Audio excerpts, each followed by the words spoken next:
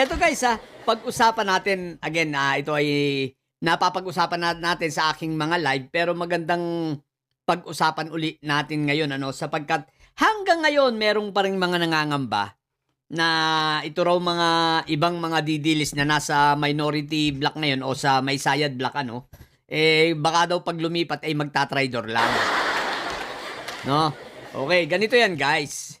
Unang-una, wag na muna natin isipin ngayon ang pagta-traitor nila kung sakali man sapagkat alalahanin natin meron tayong solid 11 o kay solid block 11 o yung tinatawag natin fantastic 11. Ngayon, naging 12 na siya dahil nga si Quick Melt ay lumipat. Ngayon, kung may lilipat pa, di madadagdagan pa. Pero, hindi na natin kailangang isipin ang pagta-traitor kung sakali na itong si Quick Melt ay bumaliktad uli at kung sino pa yung lilipat na malamang-lamang ay si Joel Islulong na nga. Diba? At may chance na pati si Bongo Lloyd. Okay? Pero guys, eto ang isipin natin. No, at eto ang mahalaga. Okay? Importante, mahalaga na, importante pa yun. Importante na si Sherwin Gatchalian ay hindi maging pro tempore, kundi importante na siya ay maging lehitimong Senate President, okay? Okay. So paano mangyayari 'yon? Kailangan siyempre magkaroon ng 13 boto. That's why sabi ko nga sa live ko noon wag na nating munang isipin ngayon kung magta-traitor. Bagkos encourage natin ang mga itong dalawa, si Bongo Lloyd at saka itong si Joel Isulo. Wag na lang si Loren. Walang kabuhay-buhay 'yun, si Mother Solar. Para at iyo talaga over ang pagkasiraulo no.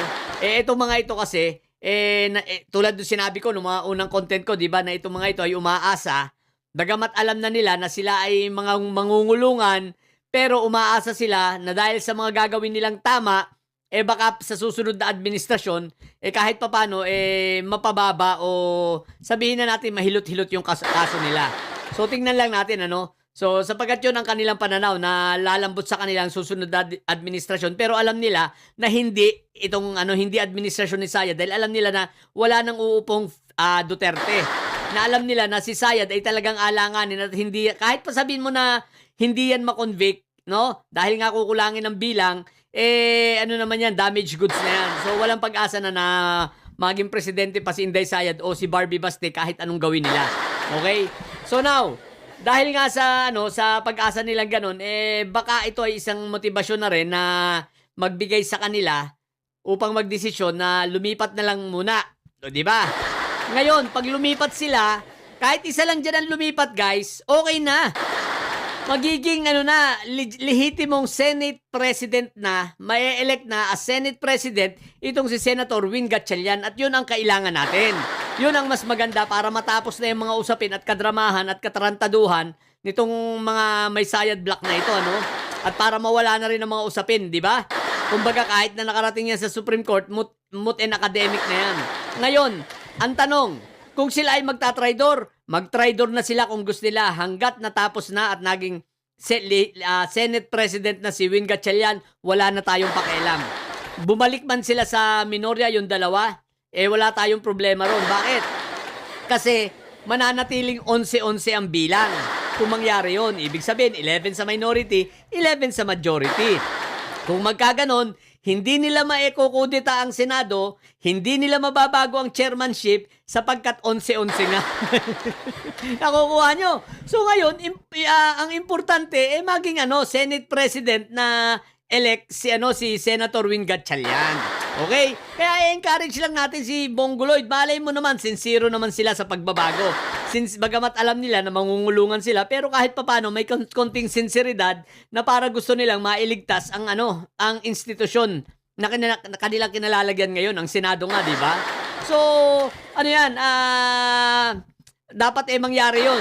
Di ba? Working in progress, ika nga, na talagang may lumipat at malamang-lamang malalaman natin mamaya kung magte-13 na ba.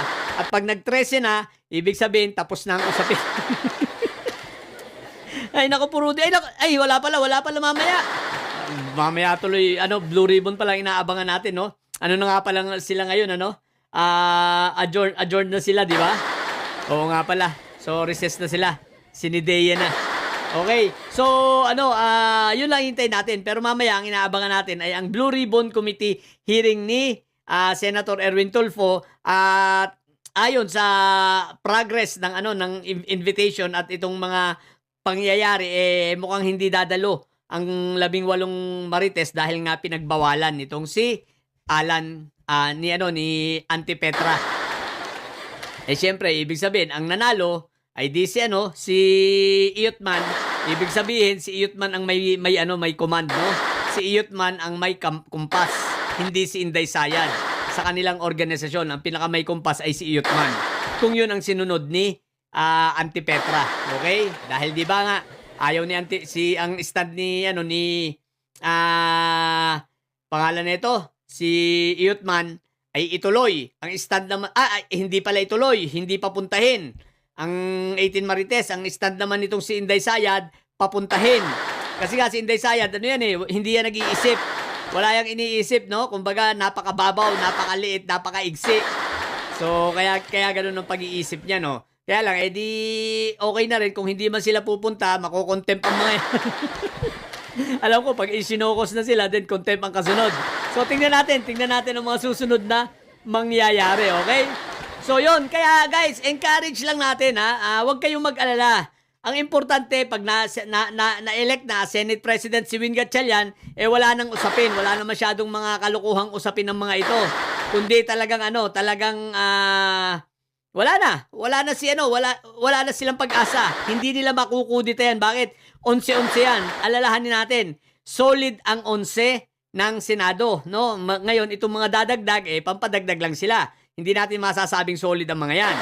Di ba? Pero bumaliktad man uli sila pagkatapos nilang umalis sa May Sayad Block at bumalik uli, walang problema. Bakit? Tapos na ang presidente na ay si Win Gatchalian at hindi na nila yon maiaalis pa at hindi nila yon mababago pa at hindi nila makukudita. Walang pag-asa dahil ang bilang ay magiging 11-11. Okay? Even ang mga chairmanship, hindi na nila mababago. Ibig sabihin, matatapos ang administrasyong ito, ganyan ang sitwasyon, malamang-lamang pa, mababawasan pa nga, di ba?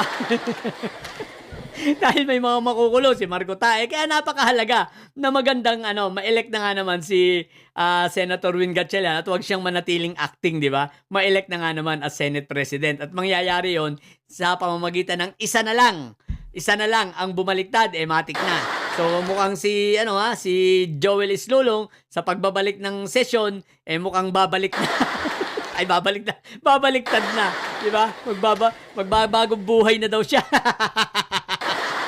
Pero guys, tulad ng sinasabi ko kahit magbaliktaran sila, hindi sila ligtas sa accountability, mananatiling pananagutan nila ang dapat nilang panagutan, hindi mawawala ang demanda at magtutuloy-tuloyan. Pero dapat harapin nila at doon ko sila papalakpakan kapag talagang katulad ni Jingay, kahit paano hinarap niya yung kanyang mga kaso. Tingnan natin itong mga ito, dapat harapan din nila yung mga kaso nila. Okay? So ilan muna sa mga bobong didilis dyan at may sayad na nyo.